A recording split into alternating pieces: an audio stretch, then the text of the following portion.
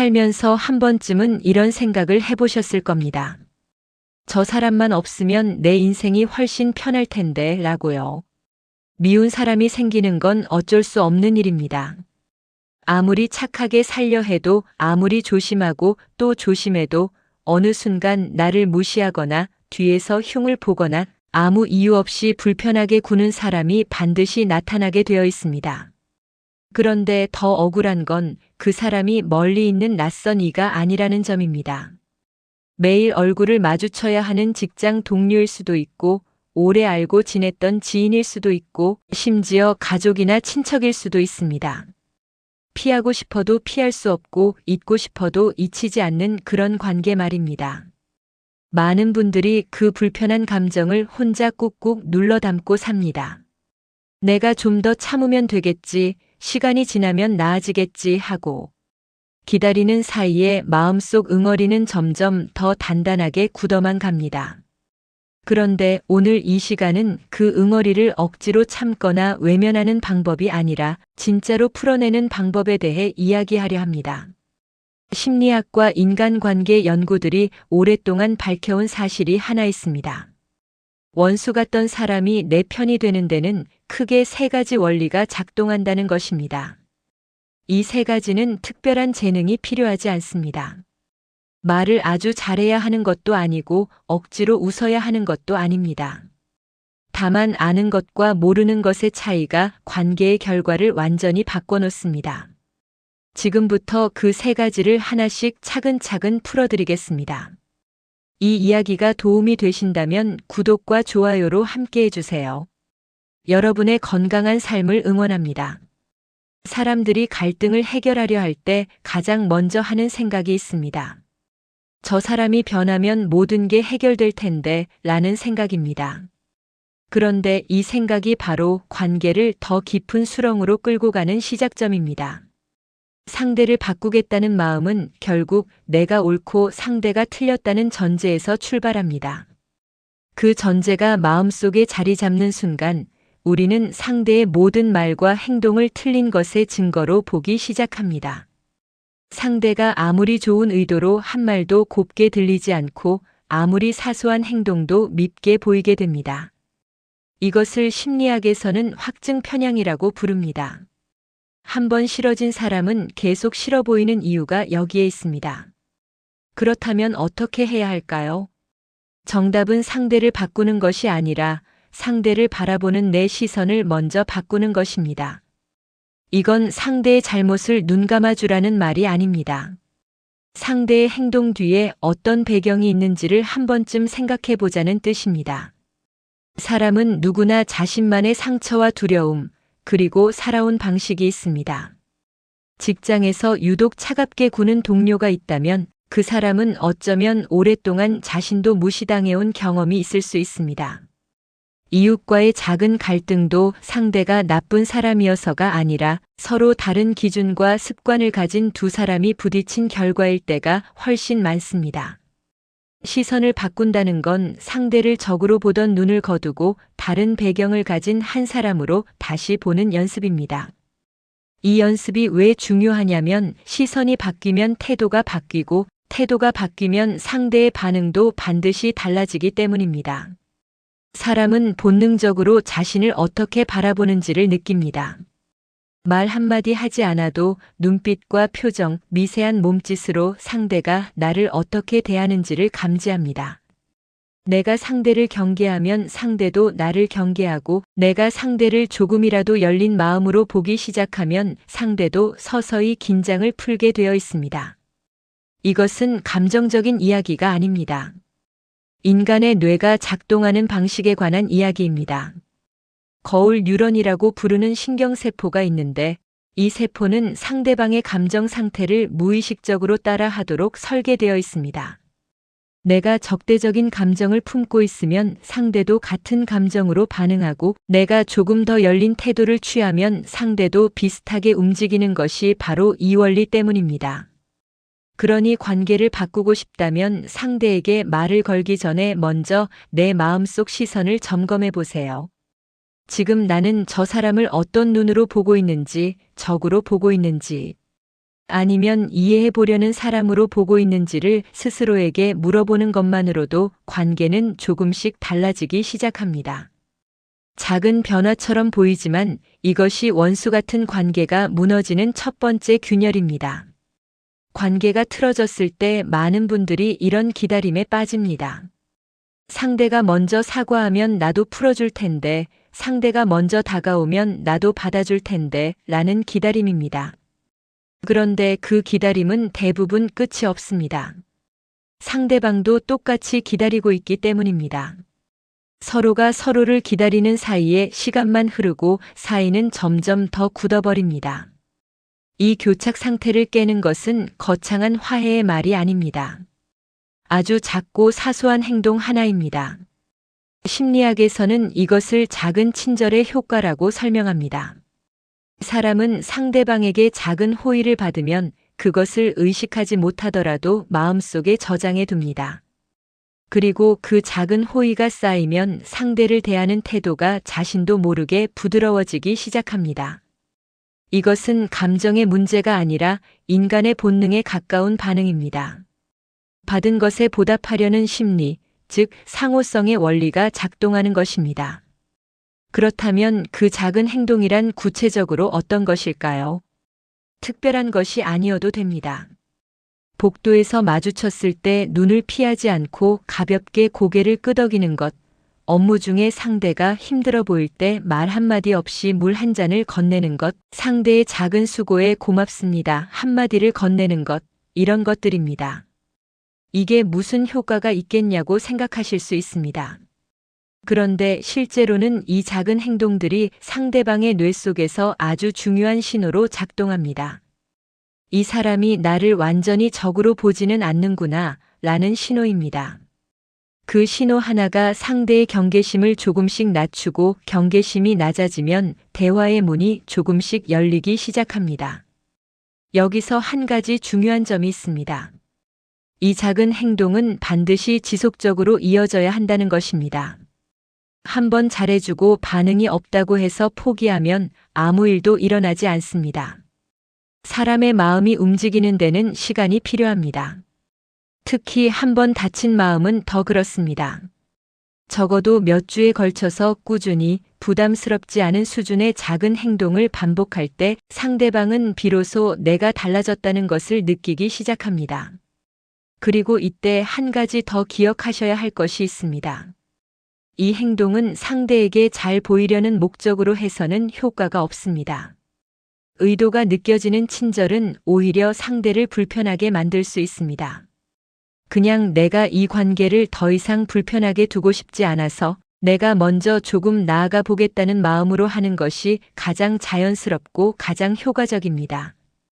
결국 관계를 바꾸는 사람은 먼저 움직이는 사람입니다.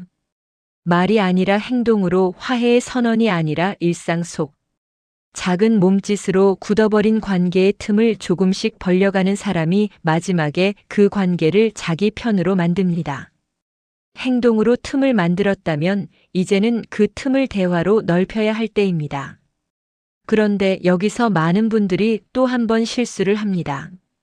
드디어 대화할 기회가 생겼다고 생각하면 그동안 쌓인 말들을 한꺼번에 쏟아내려 하는 것입니다. 내가 얼마나 상처받았는지, 상대가 얼마나 잘못했는지, 그동안 내가 얼마나 참아왔는지를 설명하고 싶어집니다. 그 마음은 충분히 이해됩니다. 억울한 감정이 쌓여 있으니 당연한 반응입니다. 그런데 그 말들이 입 밖으로 나오는 순간 상대는 방어 본능을 작동시킵니다. 공격을 받는다고 느끼는 순간 사람은 반드시 방어하거나 반격합니다. 그렇게 되면 어렵게 열어놓은 대화의 문이 다시 닫혀버립니다. 그렇다면 어떻게 말해야 할까요? 핵심은 단 하나입니다. 상대가 이야기의 주인공이 되게 해주는 것입니다. 사람은 누구나 자신의 이야기를 들어주는 사람에게 마음을 엽니다. 자신을 이해해주는 사람을 적으로 대하기는 매우 어렵습니다. 구체적으로는 이렇게 합니다. 상대가 말을 꺼낼 때 끊지 않고 끝까지 듣는 것, 상대의 말이 끝나면 그 내용을 내 말로 짧게 정리해서 되돌려주는 것, 그리고 그 상황이 상대에게 어떤 감정이었을지를 한마디로 인정해주는 것입니다. 예를 들어 상대가 힘들었던 상황을 이야기했다면 그게 정말 쉽지 않으셨겠어요. 라고 감정을 먼저 받아주는 것입니다. 이것을 공감 반응이라고 하는데 이 반응 하나가 상대방의 마음속에서 일으키는 변화는 생각보다 훨씬 큽니다. 내 감정을 이해해주는 사람이 있다는 느낌은 그 사람에 대한 경계심을 빠르게 무너뜨립니다. 그리고 이 공감 반응에서 절대 빠지면 안 되는 것이 하나 있습니다. 바로 판단하지 않는 것입니다. 상대의 말을 들으면서 속으로 그건 내 잘못이지 라고 생각하면 그 감정은 반드시 표정이나 말투로 새어나옵니다. 사람은 판단받는다는 느낌이 드는 순간 입을 닫아버립니다. 그러니 일단 듣는 동안만큼은 판단을 내려놓는 연습이 필요합니다. 이것이 쉽지 않다는 것을 압니다. 특히 상대에 대한 감정이 쌓여 있을수록 더 어렵습니다. 그런데 딱 이 순간, 이 어려운 것을 해낼 때 관계가 진짜로 뒤집힙니다. 상대방은 내가 자신을 판단하지 않고 들어준다는 것을 느끼면서 서서히 나를 안전한 사람으로 분류하기 시작합니다. 안전한 사람, 즉 나를 이해해주는 사람은 적이 아닙니다. 그 사람은 자연스럽게 내 편이 됩니다. 억지로 설득한 것도 아니고 무언가를 부탁한 것도 아닌데 상대가 스스로 내 편이 되는 것입니다. 이것이 세 번째 원리가 가진 힘입니다. 말을 잘하는 것보다 잘 듣는 것이 훨씬 강력한 무기라는 사실, 오늘 꼭 기억해 주세요. 여기까지 읽으시면서 이런 생각이 드셨을 수 있습니다. 말은 맞는데 막상 그 사람 앞에 서면 또 감정이 올라올 것 같다고요. 그 생각은 틀리지 않습니다. 아는 것과 실제로 하는 것 사이에는 언제나 간격이 있습니다. 특히 감정이 얽힌 관계에서는 그 간격이 더 크게 느껴집니다.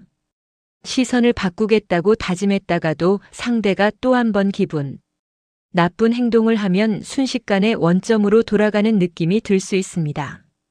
작은 행동을 이어가겠다고 마음먹었다가도 상대의 반응이 없으면 내가 왜 이러고 있나 싶은 생각이 들 수 있습니다. 이것은 의지가 약해서가 아닙니다. 사람의 감정이 원래 그렇게 작동하기 때문입니다. 그렇다면 이 원리들을 실제 삶에서 꾸준히 유지하려면 어떻게 해야 할까요? 첫 번째는 기대를 내려놓는 것입니다. 내가 시선을 바꾸고 작은 행동을 하고 공감하며 들어줬는데 상대가 바로 달라지기를 기대하면 반드시 실망하게 됩니다. 사람의 마음이 바뀌는 데는 시간이 필요하고 그 시간은 내가 정할 수 없습니다. 기대를 내려놓는다는 것은 포기하는 것이 아닙니다. 결과에 집착하지 않고 과정 자체에 집중하는 것입니다. 내가 오늘 조금 더 열린 태도로 살았다는 것 자체를 의미 있게 여기는 것입니다. 두 번째는 나 자신을 먼저 돌보는 것입니다. 감정이 소진된 상태에서는 어떤 원리도 작동하지 않습니다. 충분히 쉬지 못하고 스트레스가 쌓인 상태에서는 시선을 바꾸는 것도 작은 행동을 이어가는 것도 판단 없이 듣는 것도 모두 불가능에 가깝습니다. 그러니 관계를 바꾸는 일과 나를 돌보는 일은 따로 떼어놓을 수 없습니다. 잠을 충분히 자고 좋아하는 것을 하고 믿을 수 있는 사람과 이야기를 나누는 것, 이 모든 것이 관계를 유지하는 힘의 원천입니다. 세 번째는 작은 변화를 알아차리는 연습입니다. 관계가 바뀌는 과정은 드라마틱하지 않습니다. 어느 날 갑자기 상대가 환하게 웃으며 다가오는 일은 거의 일어나지 않습니다. 대신 아주 작은 신호들이 먼저 옵니다. 예전보다 눈을 조금 더 마주치게 된다거나 짧은 말 한마디가 오간다거나 분위기가 예전보다 조금 덜 불편해진다거나 하는 것들입니다. 이 작은 변화들을 알아차리지 못하면 아무것도 달라지지 않는다고 느끼게 됩니다. 그러면 지쳐서 포기하게 됩니다. 반대로 이 작은 신호들을 하나씩 발견해 나가면 내가 제대로 가고 있다는 확신이 생기고 그 확신이 다음 걸음을 내딛는 힘이 됩니다. 변화는 언제나 작은 것에서 시작됩니다. 그리고 그 작은 것을 알아보는 눈을 가진 사람만이 끝까지 관계를 바꿔낼 수 있습니다. 원수 같은 관계가 하루아침에 만들어지지 않았듯이 그 관계가 내 편이 되는 것도 하루아침에 이루어지지 않습니다. 하지만 오늘 이 세 가지를 기억하고 한 걸음씩 나아가는 사람은 반드시 그 관계의 끝에서 다른 풍경을 만나게 됩니다. 오늘 이야기를 처음부터 따라오신 분들이라면 지금쯤 마음속에 떠오르는 얼굴이 한두 명쯤 있으실 겁니다. 오래 불편했던 그 사람, 피하고 싶었던 그 사람, 생각만 해도 한숨이 나왔던 그 사람입니다. 그 관계가 오늘 이 영상 하나로 당장 달라지지는 않을 수 있습니다. 그런데 한 가지는 분명히 말씀드릴 수 있습니다. 오늘 이 이야기를 들으신 것만으로도 그 관계를 바라보는 눈이 조금은 달라졌을 것이라는 점입니다. 그리고 그것이 시작입니다. 오늘 우리가 함께 살펴본 세 가지를 다시 한번 정리해 드리겠습니다. 첫 번째는 시선을 바꾸는 것이었습니다. 상대를 바꾸려 하기 전에 상대를 바라보는 내 눈을 먼저 점검하는 것입니다. 저 사람이 왜 저렇게 행동하는지를 한 번쯤 다른 각도에서 생각해 보는 것, 그것만으로도 마음속 단단한 응어리가 조금씩 풀리기 시작합니다. 두 번째는 작은 행동을 먼저 시작하는 것이었습니다. 상대가 먼저 다가오기를 기다리는 대신 부담스럽지 않은 수준의 작은 친절을 꾸준히 이어가는 것입니다. 고개를 끄덕이는 것, 고맙습니다 한마디를 건네는 것, 이 작고 사소한 행동들이 다친 마음에 조금씩 틈을 만들어냅니다. 세 번째는 듣는 대화를 하는 것이었습니다. 내 말을 하기 전에 상대의 말을 끝까지 듣고 판단하지 않고 감정을 먼저 인정해 주는 것입니다. 이 대화의 기술 하나가 상대를 스스로 내 편이 되고 싶게 만드는 가장 강력한 방법입니다. 그리고 이 세 가지를 유지하기 위해 가장 먼저 해야 할 일은 결과에 대한 기대를 내려놓고 나 자신을 먼저 돌보는 것임을 기억해 주세요. 지치지 않아야 끝까지 갈 수 있습니다. 오늘 이 자리에서 한 가지만 가져가신다면 지금 마음속에 떠오른 그 사람을 향해 딱 하나만 해보시길 권해드립니다. 내일 그 사람과 마주쳤을 때 눈을 피하지 않고 가볍게 고개를 끄덕여 보세요. 말이 필요하지 않습니다. 그 작은 몸짓 하나가 여러분의 관계에 첫 번째 균열을 만들어낼 것입니다. 관계는 바꿀 수 있습니다. 원수 같던 사람도 시간이 흐르면 내 편이 될 수 있습니다. 그것은 기적이 아니라 오늘 배운 이 세 가지를 조금씩 실천한 사람에게 찾아오는 당연한 결과입니다. 여러분은 충분히 그 결과를 만들어낼 수 있는 사람입니다. 힘든 관계 속에서도 더 나은 방법을 찾으려 이 영상을 끝까지 보신 것 자체가 그 증거입니다. 오늘도 여러분의 하루가 조금 더 가볍고 조금 더 따뜻하기를 바랍니다. 이 이야기가 도움이 되셨다면 구독과 좋아요로 함께 해주세요. 여러분의 건강한 삶을 응원합니다.